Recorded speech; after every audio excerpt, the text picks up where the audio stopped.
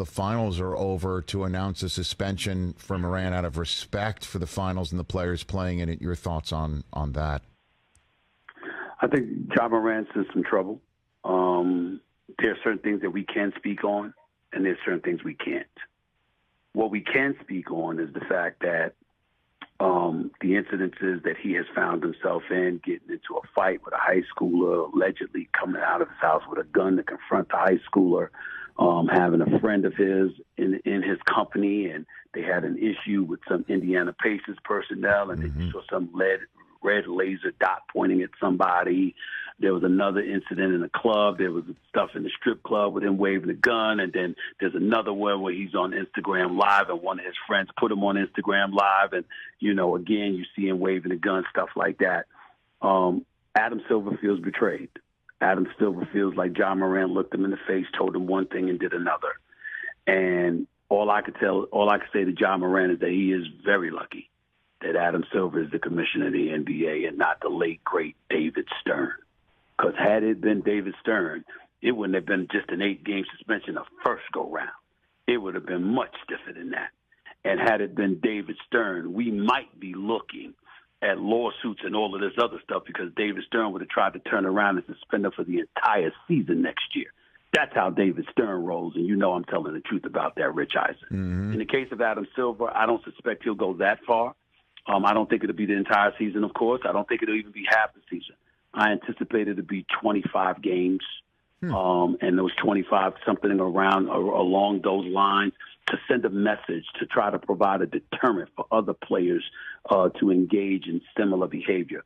But there are other things, like I said, we can't speak of in terms of Ja Morant's behavior off the court. Some of the things that he finds himself engaged in with the company that he keeps, with the establishments that he visits, things of that nature. And obviously he feels compelled pretty much all the time to have a gun around him.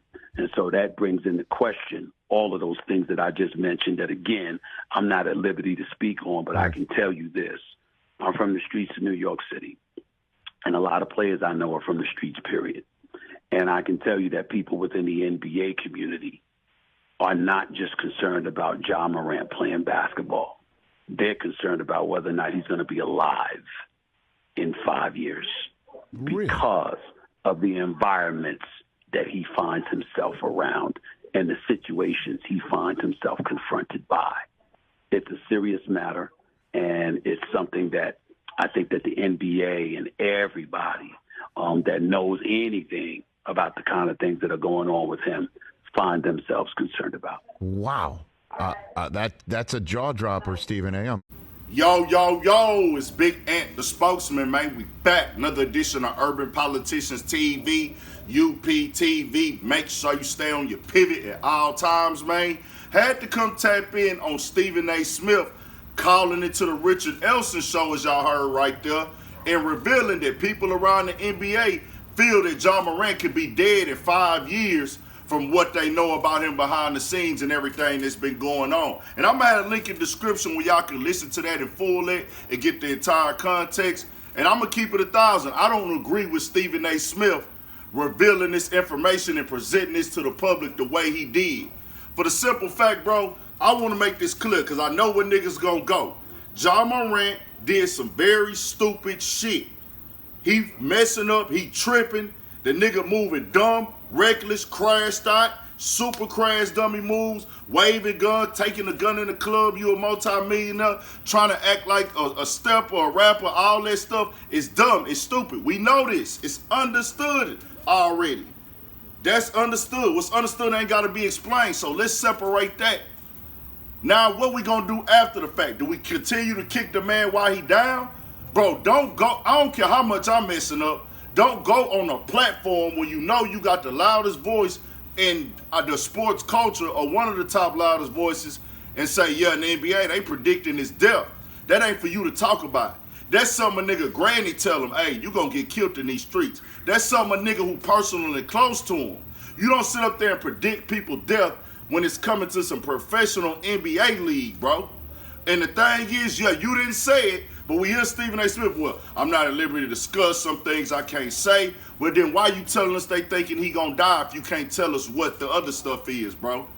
But see, niggas get so caught up in trying to give them something that can catch a headline and go viral. I saw this all over my Instagram timeline, and everybody got the same sentiment. Like, hold on, bro, what you mean, nigga? Y'all overdoing it now. And I'm gonna be clear. It's been overdone because I start seeing niggas giving the strippers from the club a voice, giving this people. Bro, who are these people? Like, why do they situation matter when it comes to how they personal experience was with him in the strip club and he left 50,000 in there, but he didn't say this or he didn't. What? He left $50,000 in that club, man. Y'all don't get no money like that in Denver from no strip club that often. Some niggas probably go in there and throw it. Niggas in Denver getting money, but y'all ain't getting that. So why does her voice even matter with something?